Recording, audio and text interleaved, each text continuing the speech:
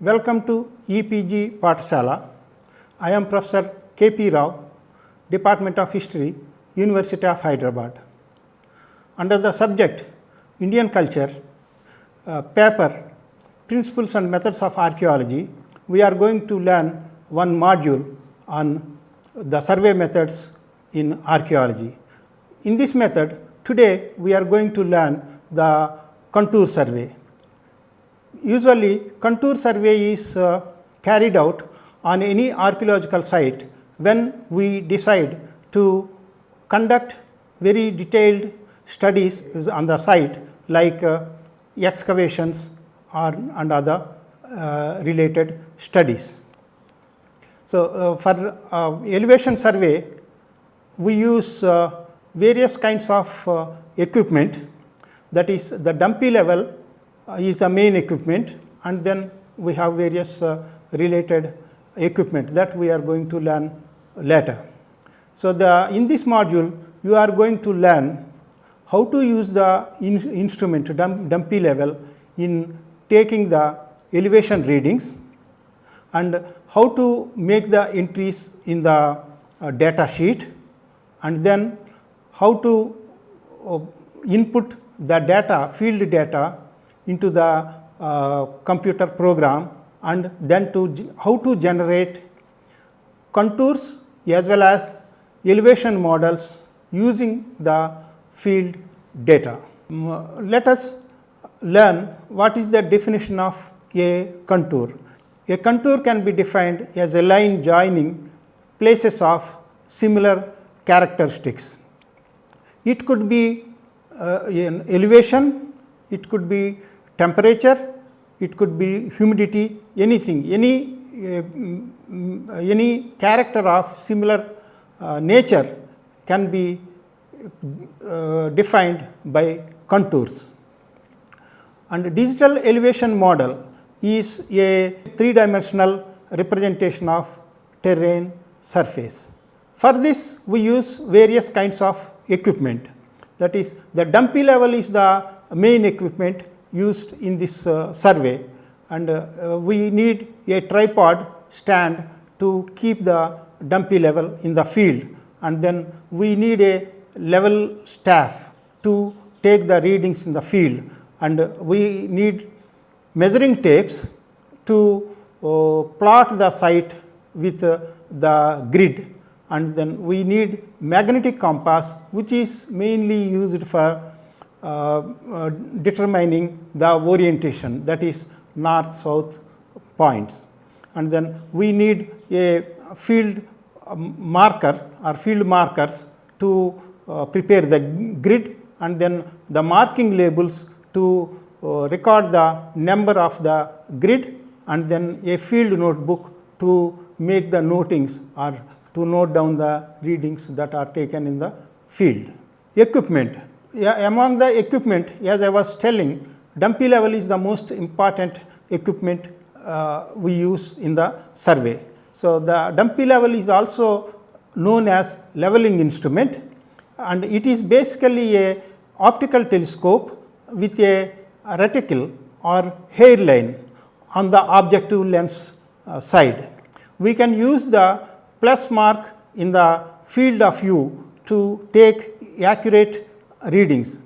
This telescope is mounted on a tri-brack platform for operating the instrument in a horizontal plane in any horizontal angle. The dumpy level has various parts. The important parts are eyepiece, that is through which we usually see and take the readings, focusing knob to focus the telescope to take proper readings, then the horizontal circle to know the angle at which we are taking the readings. There is a horizontal fine motion screw to adjust the reticle, and then leveling foot screws, that is to make the instrument horizontal. We use the foot screws to adjust the level, and then the base plate is usually mounted on the tripod. On the front side, there is the objective lens, which helps us in taking the readings in a very clear manner. And for leveling the instrument, we use a bubble level, which is usually also known as circular level, which is mounted on the or attached to the instrument itself. So, we have to see that the bubble in the bubble level is centered in the liquid. So, this before starting the survey, we have to prepare the site by first removing all the seasonal vegetation on the site, and then we have to prepare a grid sheet, contour survey grid sheet, and the same numbers in the grid sheet will be used to make the layout on the site. So, the usually the layout is done in east and west axis and north and south axis. East and west axis is the x axis, and north and south axis is the y axis. So, the numbers run from southwestern corner of the site, and they go on like 1, 2, 3, 4 like that in east west axis in the x axis, and north south axis, that is the y axis. And before taking the readings, first we have to set up the instrument. So, for setting up the instrument, first we have to extend the legs of the tripod to the about the height of the surveyor or the person who is going to use the instrument. And then after tightening the screws, we have to spread the legs in such a manner that it provides stable platform for mounting the dumpy level. When we spread the legs, we have to ensure that the legs won't slip at a later time. So, for that we have to see that the legs are firmly embedded in the ground by pressing with a foot on the shoe, that is the tripod shoe. We have to press the shoe into the ground, so that there is no possibility of any movement in the position of the tripod legs. Then after that, after setting the tripod firmly with the top in a horizontal manner, we have to mount the leveling instrument on the tripod with the help of the circular screw, which is there at the top of the tripod.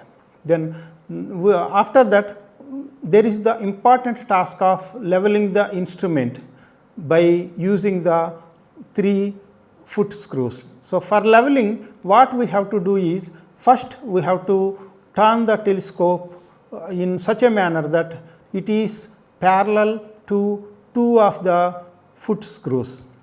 Then after that, using foot screws, 2 foot screws, we have to see that the round bubble comes in exactly in the center of the circle. So, once we adjust the bubble with the help of the 2 foot screws in such a manner that it is on the side of the foot screws, then we have to turn the telescope in 90 degrees angle, and we have to again adjust the bubble in such a manner that it is in the center of the circle. Once we do these 2 adjustments, then the dumpy level is adjusted on a horizontal level. So, if the telescope is turned in any angle, now it gives us a exact horizontal line of view. So, after setting up the instrument exactly at the required point, that is required point is usually determined by various factors. One of the factors that helps us in fixing the instrument is usually whatever area we select to do the survey, we have to see that the instrument is set up usually at the highest point of the survey area, or otherwise if the survey area is not very large, then even nearby the highest point of the survey area. And usually the center of the instrument, we call it as temporary benchmark. What is a benchmark? Benchmark is usually the measurement that indicates the mean sea level at that point. So, to determine the mean sea level, we can use various kinds of methods. One of the method is to use the topo sheet data, that is on the topo sheets there are permanent benchmarks which are marked. So, if some benchmark is nearer to the survey area, then we can use that benchmark and then we can project that benchmark onto the point that is required for survey. Or otherwise another method is to use the GPS, very sensitive GPS instrument to determine the MSL at that point. So, after determining the MSL at that temporary benchmark, we have to set up the instrument exactly above the temporary benchmark. Then what we have to do is to know the height of the line of sight that is presented by this dumpy level, we have to measure the height of the instrument. From the benchmark, the temporary benchmark to the height of the instrument, we have to measure and add it to the to know the height of the line of sight. So, for example, if the benchmark is 35 MSL, then and if the instrument height of the instrument is 1.5 meters, then that means the total height of the line of sight is 36.5 meters. So, like that we have to determine the height of the line of sight. Then we have to take measurements using the dumpy level, that is for taking the measurements we need survey pole. There are various kinds of survey poles. Some of the survey poles are made using wood, some of the survey poles are made in aluminum. Usually the aluminum survey poles are better, they are light and accurate, and there are various methods of marking the survey poles, but it is easier and advisable to use the survey pole which is marked with in metric system, that is in meters and centimeters. Usually on the survey pole the measurements are marked in such a manner that the red numbers indicate the meters and the black numbers indicate the centimeters. Usually if you see a number in red, that means that is indicating the meters, and then if you see a number in black, that is indicating the centimeters. But the centimeter numbers which are indicated in black have to be multiplied by 10. That means if you see 2 in black, then that means it is indicating 20 centimeters. So, we have to use this method, or we have to remember this while taking the measurements. So, for the survey, the field assistant has to hold the survey pole exactly above the nodes that are marked using the field markers, which are also attached with the node number. So, these readings which are taken in the field are entered into data sheet. So, we have to prepare the data sheet before starting the survey. So, usually the data sheet will have 5 columns. The first column A is X and the next column B is Y, and the third column is usually left blank for taking the measurements using the dumpy level. And in the fourth column, we have to enter the height of the temporary benchmark. So, whatever is the elevation at that temporary benchmark, we have to enter into column D, and column E is again empty. So, whatever measurements we take in the field, they are entered in column C, and after taking all the measurements, what we have to do is we have to subtract this number from column D, that is the height of the elevation at that temporary benchmark. Then we get exact height of the line of sight.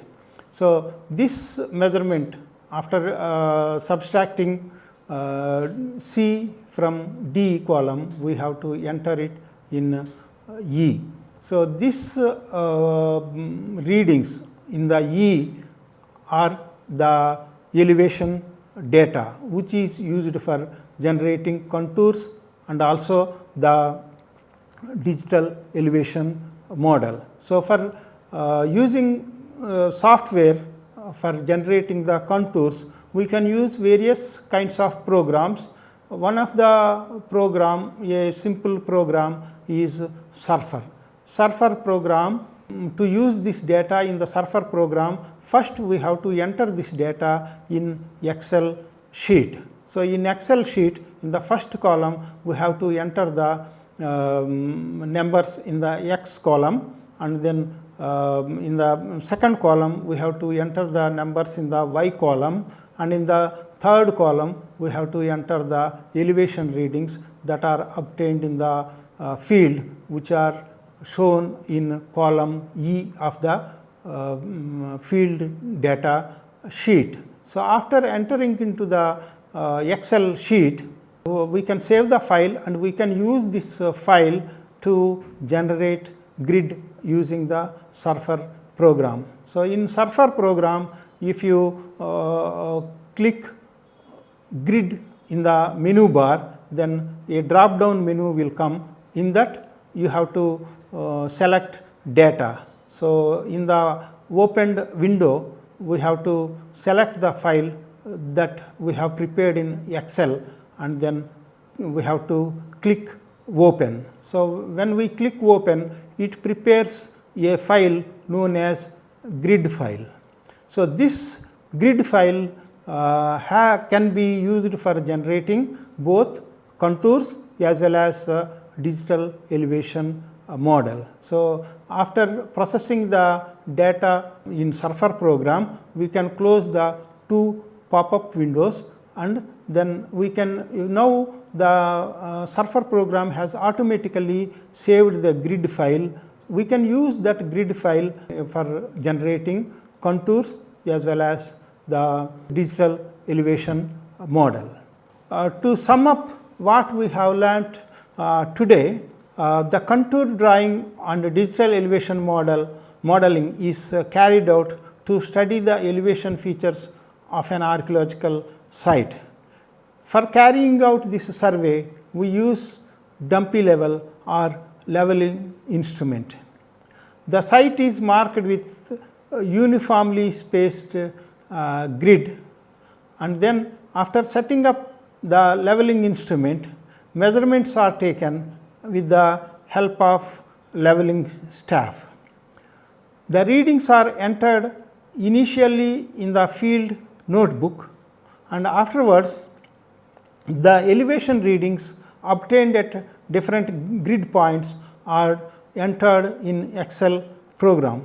We can use Surfer program to generate elevation contours or digital elevation model using these readings. Today, we have learnt the methods that are used in making contour survey. So, for this we have used various equipment and softwares.